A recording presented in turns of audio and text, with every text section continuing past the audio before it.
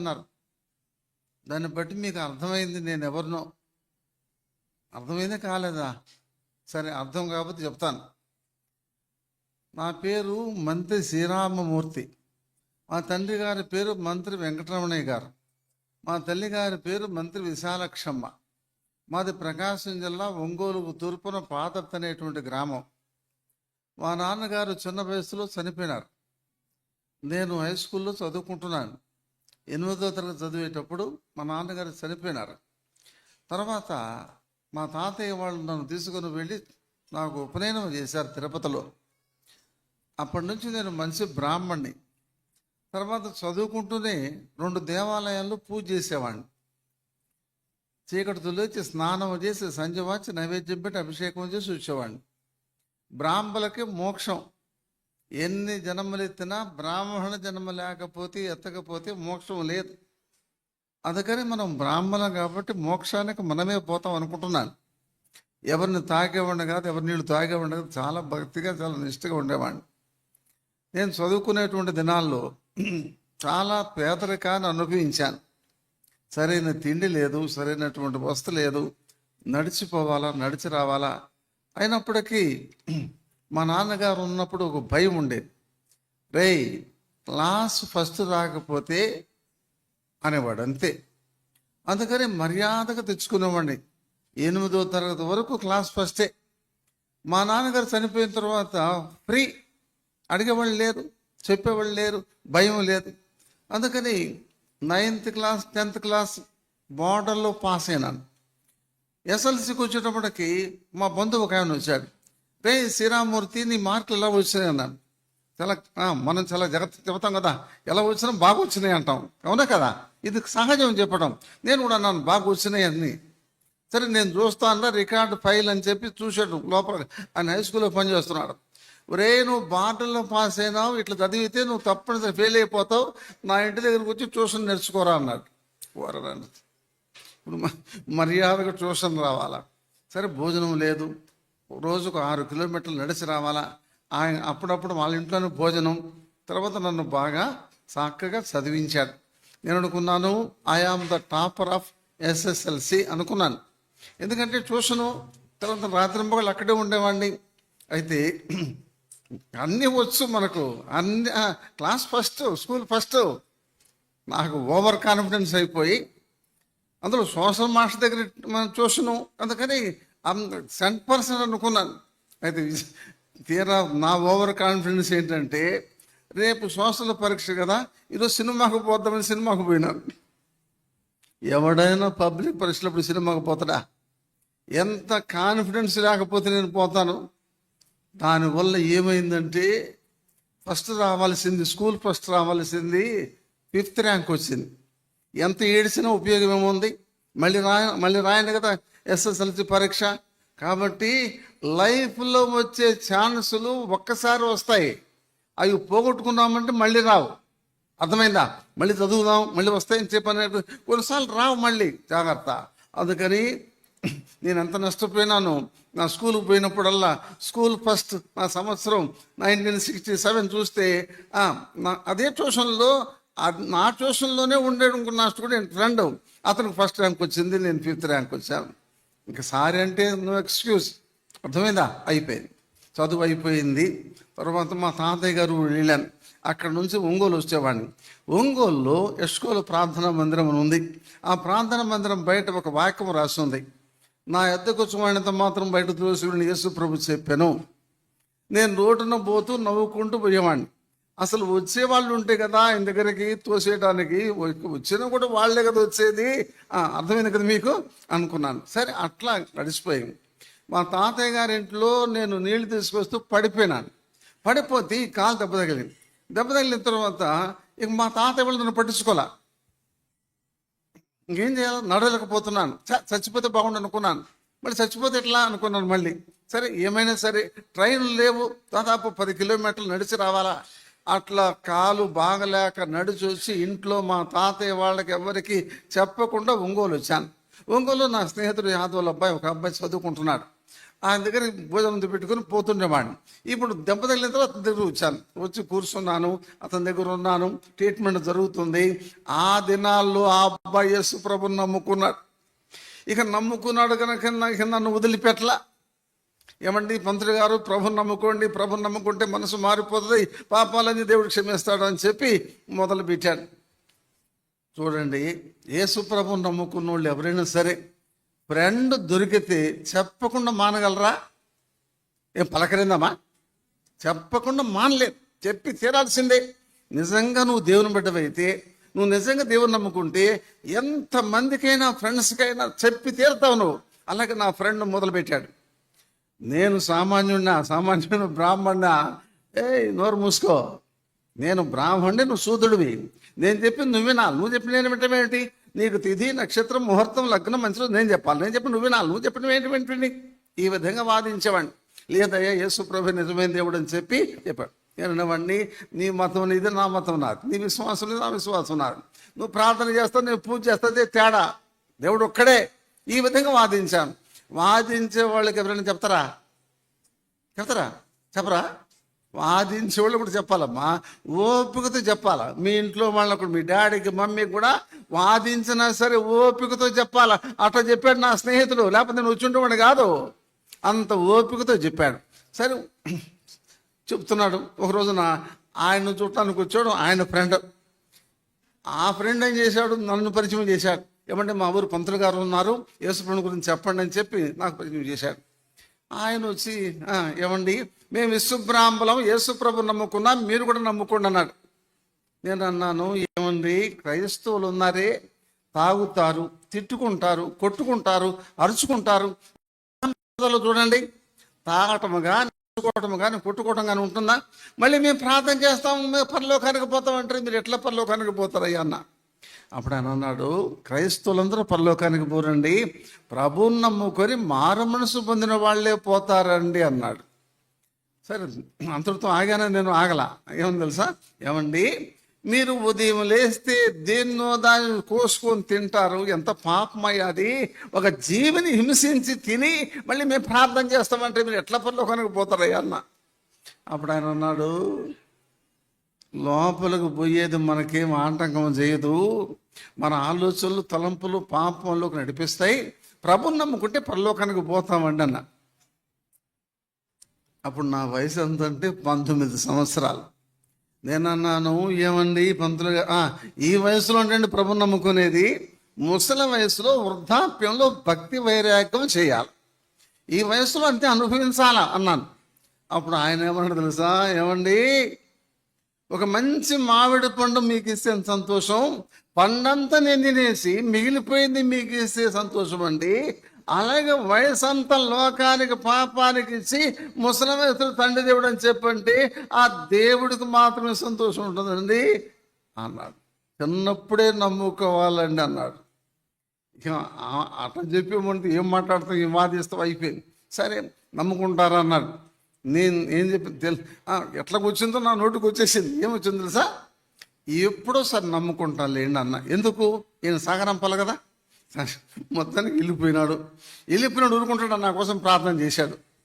సరే ఏం జరిగిందంటే, ఏ బోర్డు చూసి ఎగతాళి చేస్తూ వచ్చానో ఎస్కోలు ప్రార్థనా మందిరం ఒంగోలులో, అదే ప్రార్థనా మందిరంలో 3 రోజులు మీటింగ్లు జరిగినాయి. స్పెషల్ మీటింగ్లు గుంటూరు, విజయవాడ, తెనాల నుంచి దేవుని సేవకులు వస్తున్నారు, మా చర్చలో మంచి మీటింగ్లు జరుగుతున్నాయి అని చెప్పి నా ఫ్రెండ్ నన్ను ఇన్వైట్ చేశాడు. ఇంతకాలం వ్యతిరేకించాను కదా, వినలేదు కదా, ఫ్రెండ్ చెప్పినా వినలేదు కదా, ఈ బ్రాహ్మణ్ని ఎందుకు పట్టించుకోవాలని చెప్పి అనుకోవాలా. అయినప్పటికీ ఏమండి మా చర్చలో మీటింగులు రండి అని చెప్పి ఆహ్వానించాడు. అట్లాగే మీ ఇంట్లో వాళ్ళను, మీ ఫ్రెండ్స్ను కూడా వాళ్ళు ఇష్టం లేకపోయినా బతిమిలాడి వాళ్ళను ఏం చేయాలా? ఆహ్వానించాలి. ఎక్కడికి? దేవుని మందిరానికి. అట్లా ఆహ్వానించబట్టి నేను వచ్చాను మందిరానికి, లేకపోతే నేను వచ్చుండేవాడిని కాదు. కాబట్టి మీలో ఎంతమంది ఈ విధంగా ఆహ్వానించి తీసుకురావడానికి ఇష్టపడుతున్నారు?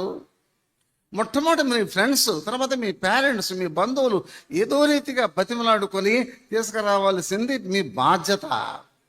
మీరు తీసుకొస్తే దేవుడు మాట్లాడతాడు, మీరు తీసుకొస్తే దేవుడు కార్యం జరిగిస్తాడు. అట్లా నా ఫ్రెండ్ చేసిన పని ఏంటంటే రమ్మన్నాడు.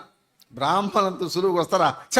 బ్రాహ్మణులు మీద చర్చకు వచ్చేది, నేను చర్చకు వస్తే మా కులస్తులు బంధువులు రానిస్తారా? నేను రానయ్యా అన్న. ఏమండి, ఎక్కడి నుంచి వస్తుందో తెలుసా? విజయవాడ, గుంటూరు, తెనాలి అక్కడి నుంచి వస్తున్నారు పాస్టర్లు, దేవుని సేవకులు. చాలా బాగా చెప్తారు, మంచి వాక్యం చెప్తారు. సరే, అప్పుడు ప్రభు నన్ను ఎట్లా సంధించాడంటే, వినదగునెవ్వరు చెప్పినా మంచి మాటలు వినచ్చు కదా, తప్పే ఉంది. మనమే మతం తీసుకుంటాం, మతంలో చేరతామా? పోయి ఆలకించడమే కదా మనం చేసే పని, పోయి ఆలకిద్దాం అని చెప్పి సరే పోదాం పదయ్యా అన్న. సరే, మొత్తానికి సగం గెలిచినాడు నా స్నేహితుడు. సరే, మొత్తానికి దేవుడు నడిపిస్తున్నాడు. సరే వచ్చాం.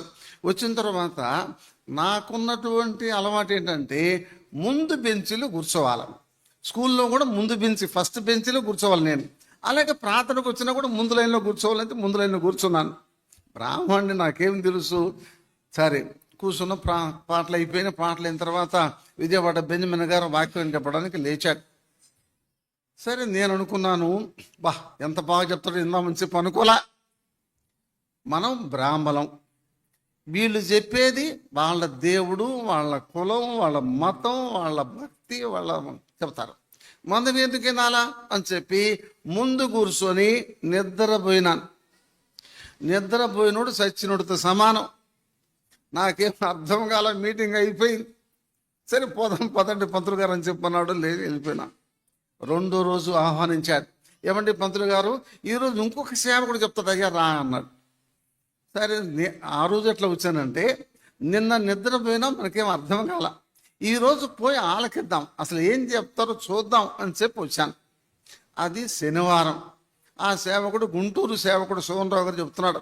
ఆయన ఉండి, నువ్వు ఏ కులమైనా ఏ వయసులో ఉన్నా మారు మనసు పొందవలెను, రక్షణ పొందవలెను, తిరిగి జన్మించవలెను అని చెప్పి బోధిస్తున్నాడు.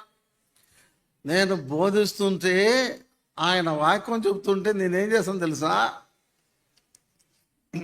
మైండ్ అటు ఇటు తిప్పలా, చాలా జాగ్రత్తగా డీప్గా వింటున్నా. నాకేం అర్థమైందంటే, ఈ పాస్టర్ గారు, ఈ సేవకుడు చెప్పిన వాక్యంలో సారాంశం అంతా ఏమిటంటే, మారు మనసు, రక్షణ, కృత జన్మ అంటే ఒక అబద్ధం ఆడకూడదు, ఒక సినిమా చూడకూడదు, ఒక చెడ్డ మాట మాట్లాడకూడదు. ఈ భక్తిలో మనం ఎక్కడ ఉంటాం? అందులో నేను శుక్రవారం పూజ చేసేది సినిమా హాల్లో, లక్ష్మీ పూజ చేసేవాడిని. పంతులు గారు సినిమాకి వస్తుంటే తీసుకుని కూర్చోబెట్టి చూపించేవాళ్ళు.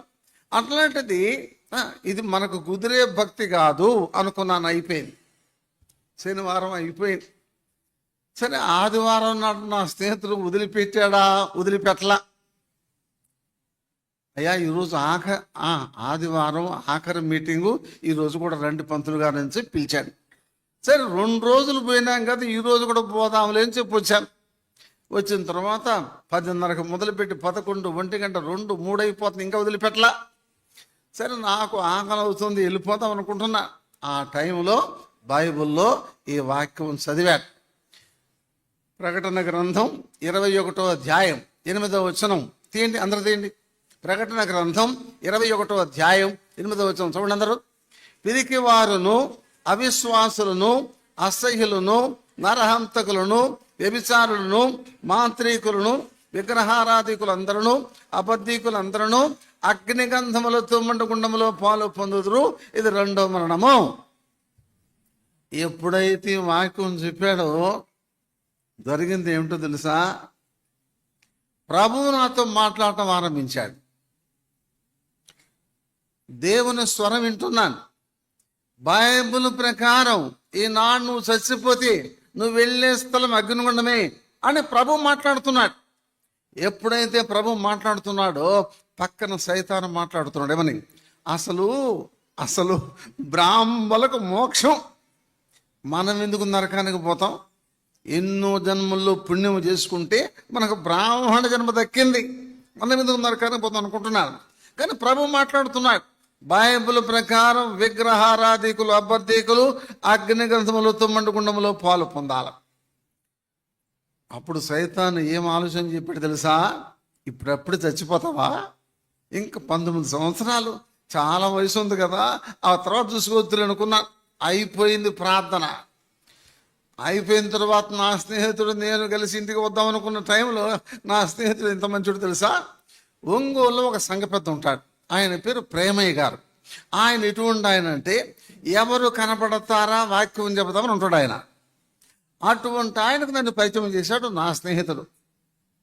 సంఘ పెద్దలంటే ఎవరు కనపడతారా వాక్యం చెబుదామా అని ఉన్నాడు ఆయన. సరే, నన్ను పరిచయం చేసి, ప్రేమన్నా మా ఊరు పంతులు గారు 2 మాటలు చెప్పండి అన్నాడు. సరే, పెద్దాన్ని చెప్తాన్నాడు, ఎందుకు వద్దనాలి. సరే చెప్పండి, వింటాను, కూర్చోమన్నాడు.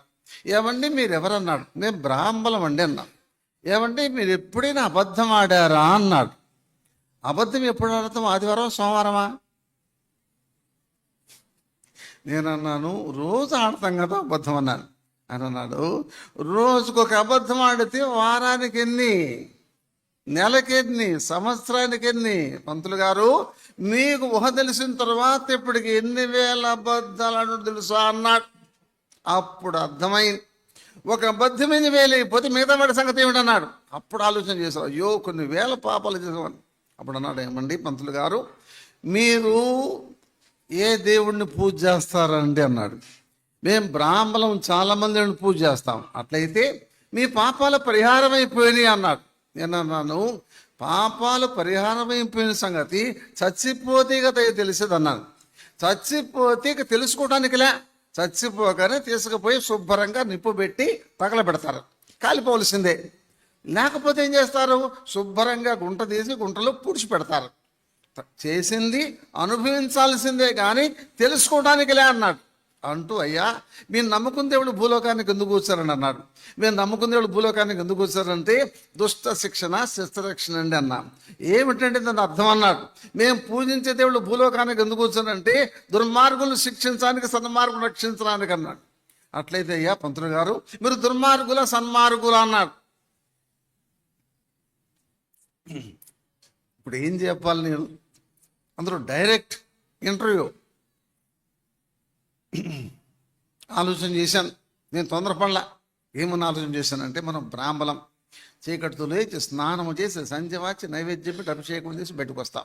ఒకళ్ళు జోలికి పోం, ఒకళ్ళు నీళ్లు తాగం, ఒకళ్ళు ముట్టుకోం.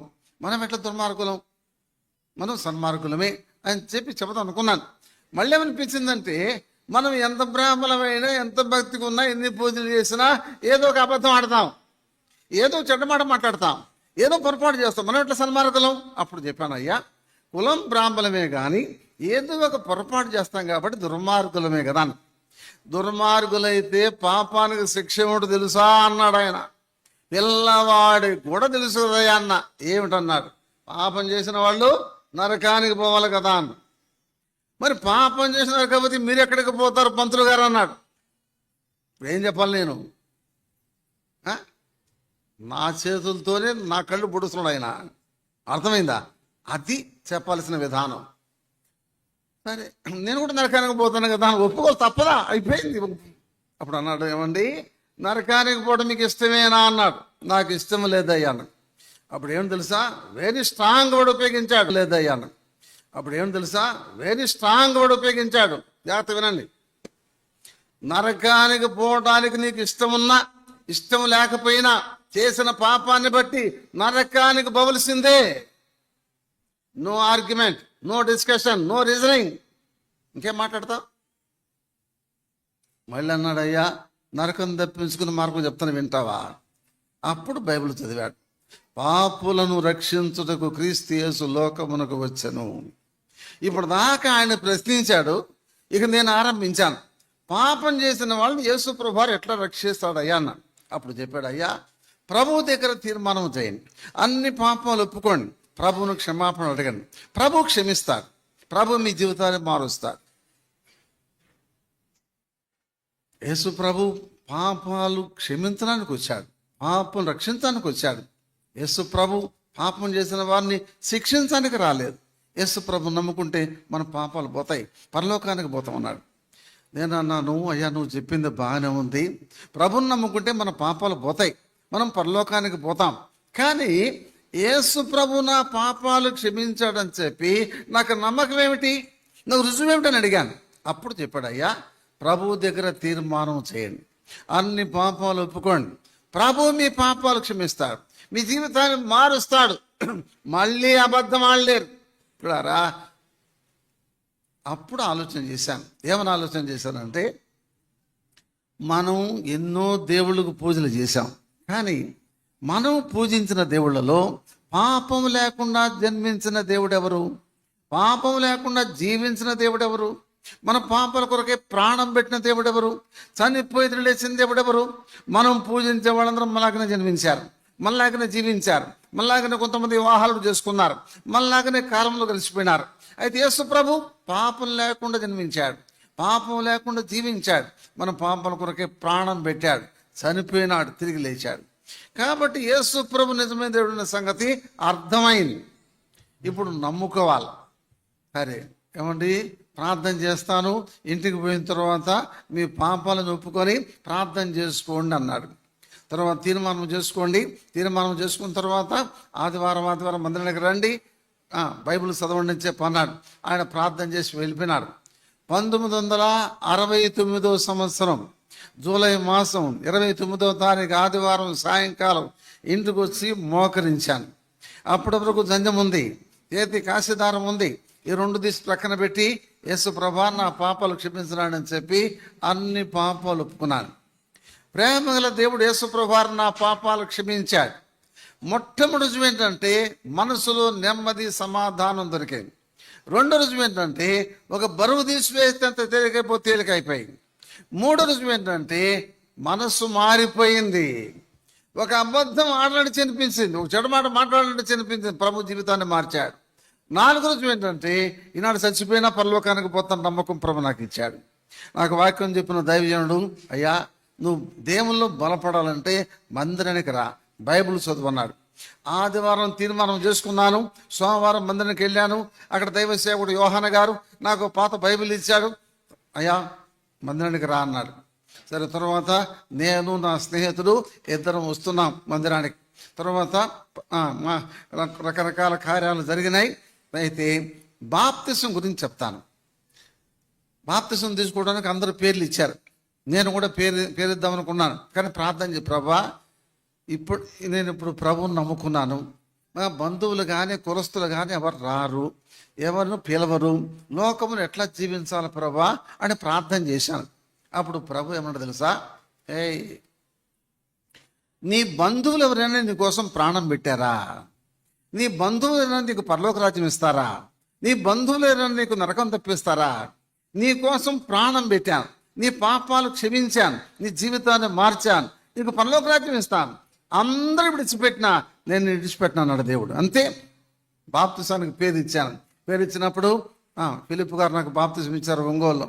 అన్నా నా పేరు మార్చన్న శ్రీరామూర్తి ఒకటే శ్రీరామ స్మరణ అయిపోయింది మందిరం అని చెప్పంటే బైబిల్ తీసాడు, జాన్ పేరు పెట్టి ప్రార్థన చేశాడు. వాగ్దానం, నీవు నా సేవకుడవు, నేను ఏర్పరచుకున్నాను, అయిపోయింది. 20వ సంవత్సరంలో బాప్తిసం తీసుకున్నాను, నా వయసు. 21వ సంవత్సరంలో ప్రార్థన చేశాను, ప్రభా నీ సేవ చేయటమా ఉద్యోగం చేయటమా ఏమిటి, నీ చిత్తం ఏమిటి బయలుపరచమని ప్రార్థన చేశాను. నా వయస్సు కానీ టైం కానీ ఎక్కడ నా లైఫ్ వేస్ట్ కాకూడదు ప్రభు అని ప్రార్థన చేశాను.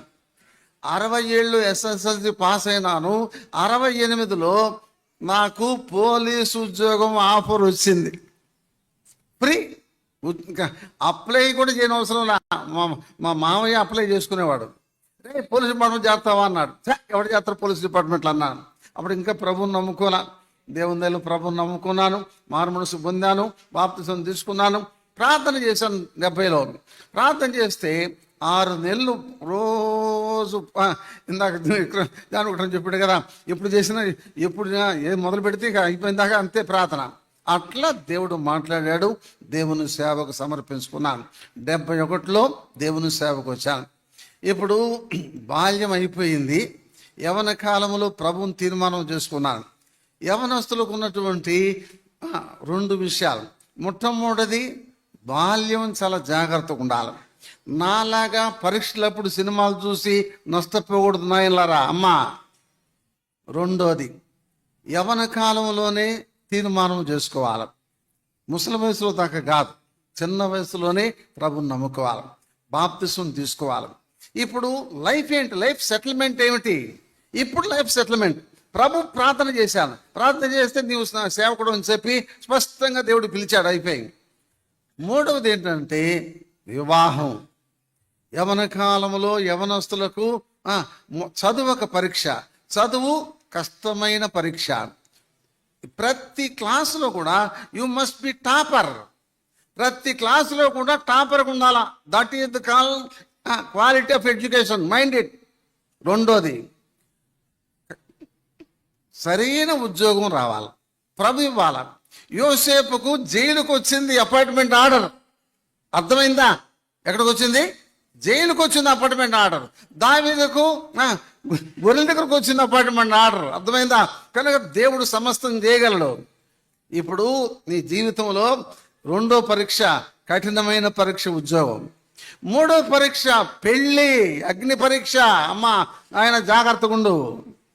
ఇందాక జాన్ వెక్టర్ వాయించి పడేసినాడు. ఏది? ఫ్రెండ్స్ వాళ్ళు వీళ్ళు చెప్పేశాడు కదా. కాబట్టి అగ్ని పరీక్ష. సరే, నేను సేవకు వచ్చాను, నేను సేవ చేస్తున్నాను. భక్సింగ్ గారు వచ్చాడు పొదులకి, నన్ను గురించి చెప్పాడు. ఒంగోలు యోహాన గారు, బ్రదర్ జాన్ కొరకు ప్రార్థన చేయండి అన్నాడు. ఈయన హెబ్రోన్ పోయినాడు. భక్సింగ్ గారు హెబ్రోన్ పోయిన తర్వాత నా భార్య హెబ్రోన్ ట్రైనింగ్లో ఉంది 10 సంవత్సరాలు. ఆయన దగ్గరే పిలిచాడు. పిలిచి పరిపూర్ణ ప్రార్థన చేసుకో, పలానా ఒంగోలు దగ్గర ఒక ఆయన ఉన్నాడు సేవకుడు జాన్ అని, ఆయన కోసం ప్రార్థన చేయన్నాడు. నా భార్య ఇచ్చినటువంటి జవాబు ఏంటి తెలుసా? బ్రదర్, నేను పెళ్లి కోసం హెబ్రోన్ రాలా. బా సూపర్ అమ్మ నువ్వు అన్నా. ఇంకేమని తెలుసా? బ్రదర్, నేను పెళ్లి చేసుకోకుండా ఉండగలను బ్రదర్ అంది. ఓ అమ్మ, నీలాంటి సేవకుడు కావాలమ్మా హెబ్రోన్కి అని అన్నా. ఏమన్నా తెలుసా భక్సింగ్ గారు? పరిపూర్ణ దేవుని చిత్తం అయితే నీ విషయంలో పెళ్లి చేసుకోవటము, దేవుని చిత్తం చేయకుండా నువ్వు సేవ చేస్తే నీ సేవ అంతా వేస్ట్. ఎప్పుడైతే ఈ మాట చెప్పాడో అమ్మకు దిమ్మ తిరిగిపోయింది. ఏమని తెలుసు? వెంటనే, brother please give me time, I will pray and let you no.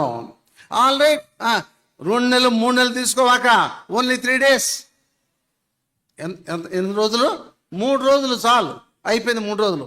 తర్వాత మళ్ళీ పిలిచాడు. వాట్ ఇస్ ద మ్యాటర్ పరిపూర్ణ?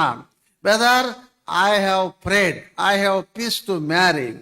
అటు పక్షంగా తెలుసా? I will also pray let you know అన్నాడు. నేను ప్రార్థన చేసి చెప్తున్నాను. అయిపోయింది. అప్పుడే కొరియన్ గారు పెళ్ళి, తర్వాత స్టీవెన్ పెళ్ళి, ఇంకా ప్రతి పెళ్ళి అప్పుడే 5-6 పెళ్ళిళ్ళు సెటిల్ అయిపోయినాయి. మా పెళ్ళి కూడా ప్రార్థన చేస్తున్నా. పక్షం గారు 1 year వీళ్ళ పెళ్ళిళ్ళు అయిపోయినాయి, మా పెళ్ళి అయిపోలా. 1 year ప్రార్థన చేస్తున్నాను. ఉత్తరం రాశాడు భక్సింగ్ గారు. ఏమని? I am praying regarding John's marriage for the perfect will of God. పరిపూర్ణ దేవుని చిత్తం కొరకు నేను ప్రార్థన చేస్తున్నాను భక్సింగ్ గారు రాశాడు. 1 year అయిపోయింది. వీళ్ళకి పెళ్ళి అయిపోయినాయి ఈ బ్యాచ్కి. తర్వాత 2nd year same letter, 3rd year same letter, 4th year same letter. సమాధానం అని చెప్పిన తర్వాత ఇన్ని సంవత్సరాలు ఆగుతారా? ఇన్ని సంవత్సరాల ఎంత పరిపూర్ణమైన చిత్తం కానీ.